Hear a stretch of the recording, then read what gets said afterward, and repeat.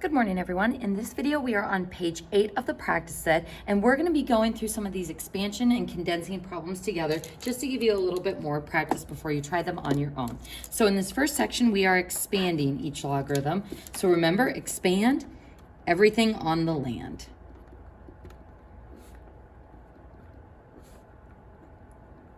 Which means we want our powers to come out in front as coefficients, and we want as many simple individual logs as possible.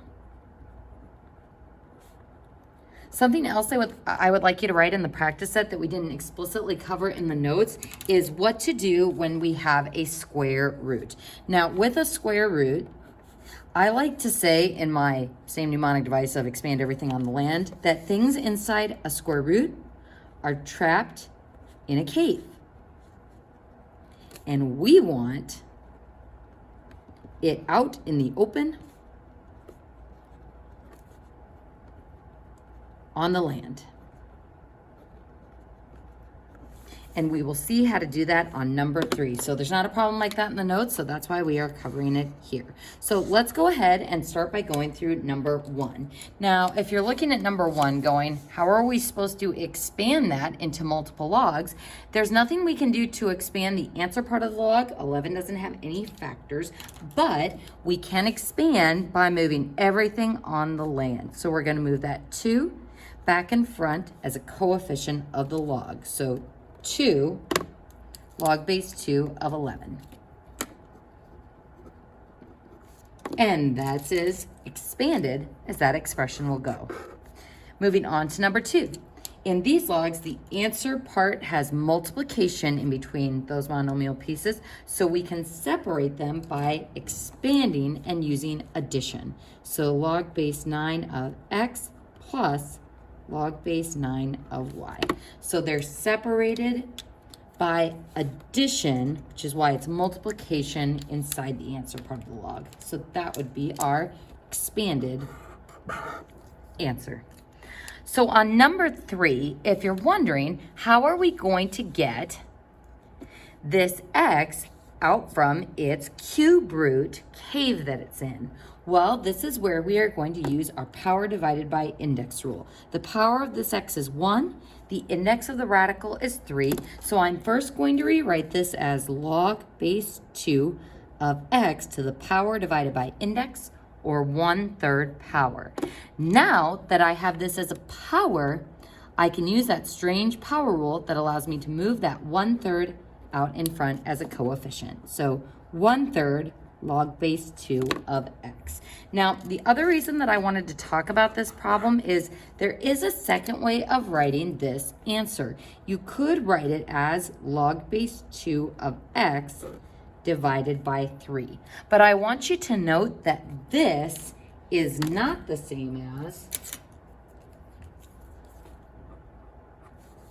log base 2 of x over 3.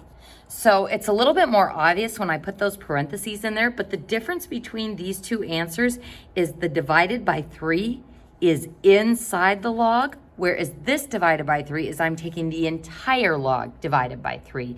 So this red one, you would be able to expand by subtraction. This one, however, there is division, but not division within the answer part. So make sure you understand the differences between those two. Moving on to number 4. Within this answer part, we have division, so we are going to expand by subtraction. So log base 8 of x minus log base 8 of y. What I would like you to do next is pause the video and see what you can do with number 5, number 6, and number 8 on your own first. Unpause it when you are ready to see the walkthrough. So looking at number 5, we have a square root again. Now, both of the x and the y have an implied power of 1, and the index of that square root is 2. So if I wanted to break these out of the square root cave, we first need to change it into exponential form, or power divided by index. So x to the 1/2 and y to the 1/2, which we could then write as log base 6 of x to the 1/2 plus log base 6 of y to the 1/2. So separated by multiplication, I expanded using addition. Now I can go ahead and take that power and move it out in front of these individual logs. So log base 6 of x with a 1/2 coefficient plus 1/2 log base 6 of y. Now, another way we could have done this problem is we could have done this. We could have moved the 1/2 outside of both of them in parentheses, then moved it out in the front as a coefficient, then broken this up using addition of logs, but then we would have had to distribute into both of those logs. So even though this parentheses looks good as far as, well, we have a GCF of 1/2 that we factored out of both of those, if we want as many separate logs as possible, we would want to distribute. So again, your work might look a little bit different, but your final answer should be the same. So looking at our next one. We've got log base 6 of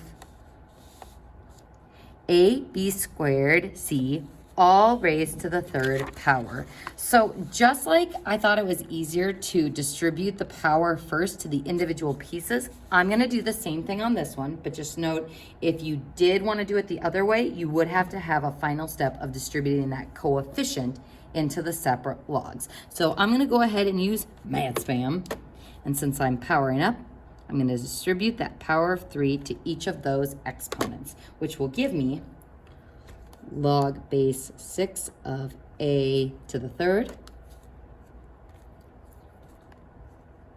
B to the 6th, and C cubed.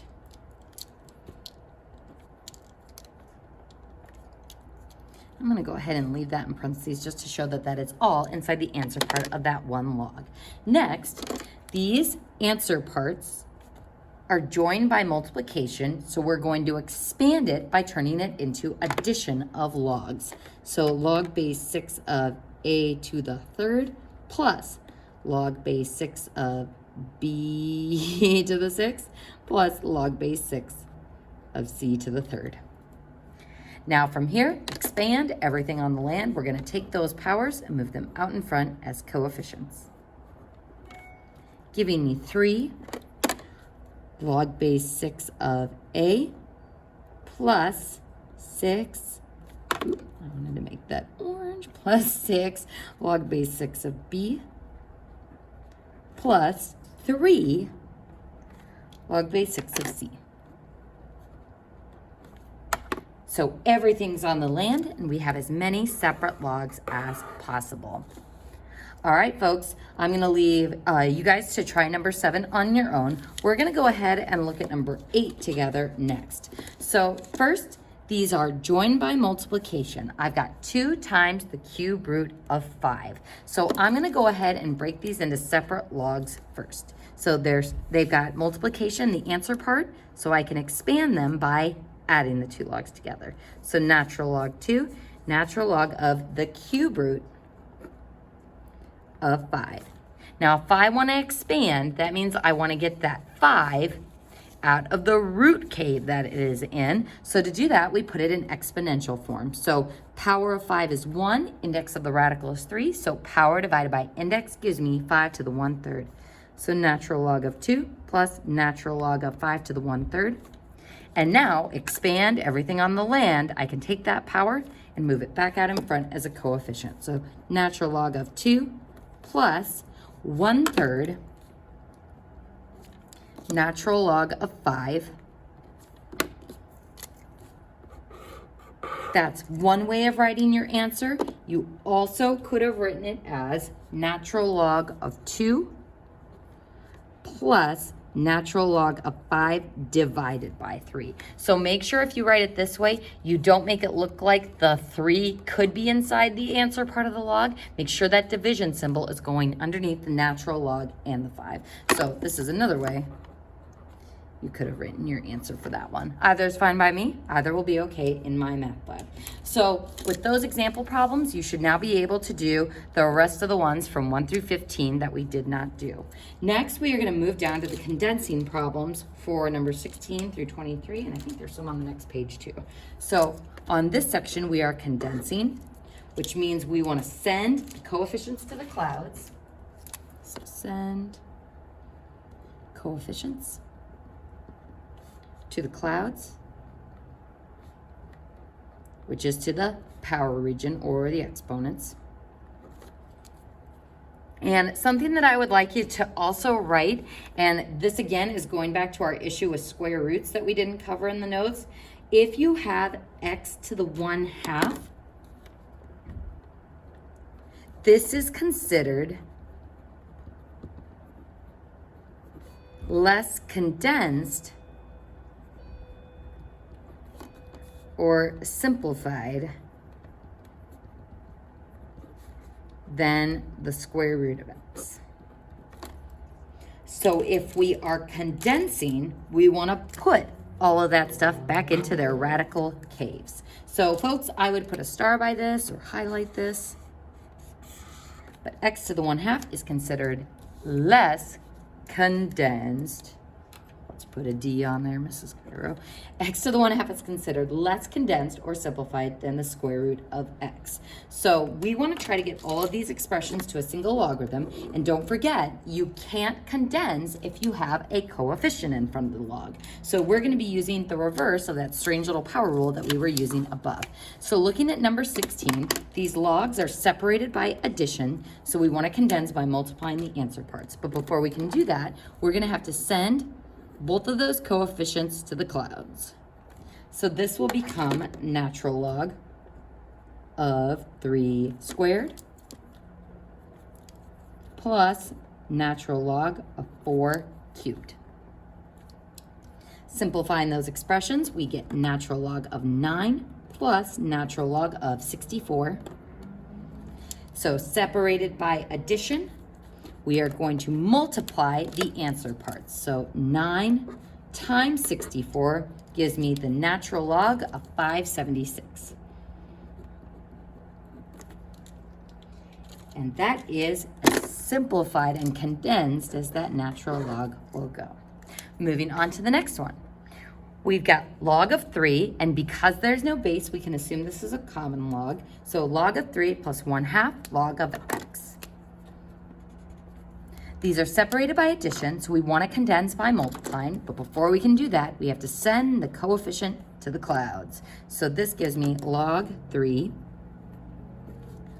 plus log x raised to the 1/2. Now, before I multiply those answer parts, we're going to go ahead and write x to the 1/2 trapped in its radical cave. So we're going to condense it further to be the square root of x. So folks, if it helps, it's like 1 pen movement to draw the radical, and it's 3 pen movements to draw the to the 1/2 power. So this is simpler, I guess. It's one way to remember that this is more condensed than the x to the 1/2. So our last step in condensing, these logs without coefficients are separated by addition. So we are going to condense by multiplying the answer parts of the log. So log of 3 radical x. So sometimes when there's multiple operations in the log like that radical, I like to enclose the answer part in parentheses. Never hurts to overuse those parentheses. Let's go ahead and move on to number 18. Now on this one, these are separated by subtraction, so I'm going to condense by division. Before I do that, I'll need to send that coefficient of 2 to the clouds. So log base 2 of 5 squared minus log base 2 of 5. Now, these are separated by subtraction, so I'm going to condense them by dividing. So 5 squared, I'm going to simplify to be 25, so be careful there. So log base 2 of 25 over 5. And we can now simplify what's inside the answer part of the log to be log base 2 of 5. And that is our condensed answer. Moving on to number 19. So this one, there's no other log to condense it with. So what we need to do is send the coefficient to the clouds. So log base 2 of 6 to the 1/2. And we need to further condense this into radical form. So log base 2 of radical 6.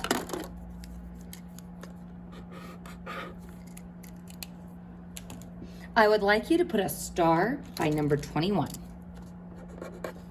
I'll leave you guys to do number 20 on your own. 21, put a star by, and go ahead and pause the video and try 22, 23, and 21, the problem that we started. So go ahead and try those problems and then unpause the video when you're ready to see the explanation. Now folks, on number 21, the biggest mistake that I see on this problem is students will say log base 5 of 7 minus log base 5 of 3. But this dividing by 3 is not in the answer part of the log. So if it helps you, so not in answer part of the log. So if it helps you, you can put a coefficient of 1 in front of that log, and what you'll see is the dividing by 3 isn't just with the 7, the whole log is getting divided by 1/3, which is the same as saying 1/3 log base 5 of 7. So now, how are we going to condense this further? We're going to send that 1/3 to the clouds. So log base 5 of 7 to the 1/3. And now we're going to turn this into radical form to fully condense it to as simple as possible. So log base 5 of power of 7 is 1, and the index of the radical is 3. So the cube root of 7. And there's our final answer. So that was a tricky one, folks. So be careful that you're not just turning any division you see into subtraction of logs. It has to be division in the answer part of the log. Moving on to number 22. These two logs are separated by subtraction, but we are going to condense them by dividing the answer parts of the logs. Before we do that though, we've got coefficients that we need to send back to the cloud. So move those coefficients back up as exponents of the answer part. So log x, oh, I love it when it's common log, so much less writing. So log x squared minus log y cubed. So now, no coefficients. These logs are separated by subtraction, so we can condense them by dividing the answer parts. And I know from giving this test in the past, a lot of times, the condensing by dividing the answer parts is usually one of the more frequently missed questions. So log x squared over y cubed. The first one goes on the top of the fraction, and I like to trap those in parentheses so that we can clearly see that all of that is the answer part of the log, unlike over here where that divided by is underneath the log. And there's a condensed answer. Very last problem on this page is number 23. So we're going to take this coefficient and send it to the cloud. So natural log of 8 squared.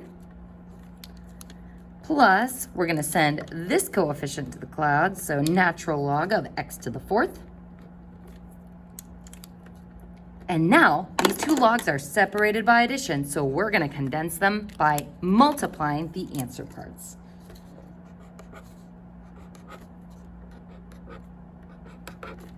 So multiplying those, we get 64 x to the 4th. So a natural log 64 x to the 4th. And if you wanted to, you could trap that in parentheses. And that is our final answer for that one. Let's go ahead and turn the page. And it's going to get a little bit more complicated with some of the problems on the next page. Before we talk about them together, I want you to just go ahead and try number 25, number 26, number 29, and number 32 on your own. When you are ready, you can go ahead and unpause the video because these really put together everything that we have learned on the previous page. So looking at number 25, first, is this going to be natural log of x minus natural log of 2? No, because that dividing by 2 isn't in the answer part. The whole thing is getting divided by 2. So we can consider this like the coefficient 1/2. So I'm going to go ahead and rewrite that as 1/2 natural log of x minus, I'm going to send this coefficient to the clouds, and I'm just going to go ahead and leave that minus sign there. So I'm only going to move the positive 2. So natural log of y squared. I'm going to send this 1/2 coefficient to the clouds. And I'm going to go ahead and skip a step because I know that x to the 1/2 is the square root of x. So minus natural log of y squared. Now these two logs are separated by subtraction. So we're going to condense by dividing the answer parts. So natural log of the square root of x over y squared. I would go ahead and close that in parentheses so we know that dividing by y squared is in the answer part. On the next problem, send that coefficient to the clouds, that coefficient to the clouds. So this gives me natural log of x to the 1/2, which I know is square root of x, then plus natural log of x cubed minus natural log of 4. So two operations going on here. I've got the addition sign and the subtraction sign. So in between these two logs, we're going to condense by multiplying the answer parts. And folks, when you're multiplying something by a radical, it's customary to put the monomial out in front of the radical. So the proper way of writing this would be x cubed radical x. You could have radical x cubed, but it looks better this way and is considered more proper.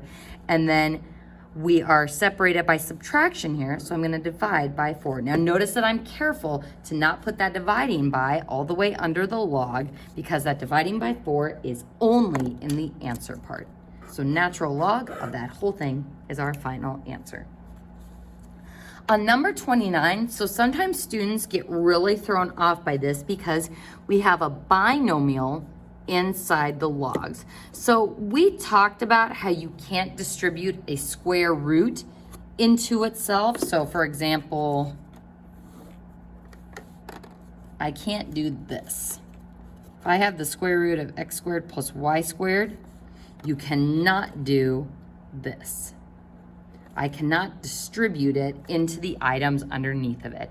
In the same sense, you can't distribute a log. So log base 3 of x plus 1 is not the same as log base 3 of x plus log base 3 of 1.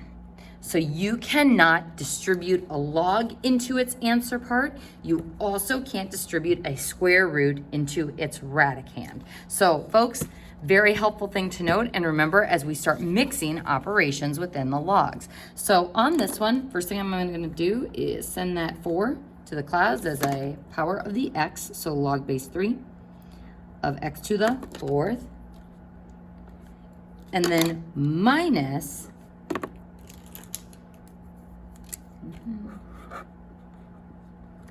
log base 3 of x plus 1. There's nothing I can do to simplify that or expand it or condense this part. This is just one solid unit. Now, these two logs are separated by subtraction, so I can condense the two logs into a single log expression. Log base 3 of x to the 4th over x plus 1. And again, I'm just going to trap that in parentheses to make it explicit that both of those are in the answer part. And that's my final answer. And the last problem that I wanted to go through is number 32. So similar to the last problem that we just did, on number 32, there's nothing I can do to condense this log expression. This single log expression stays a single log expression. So this is one unit.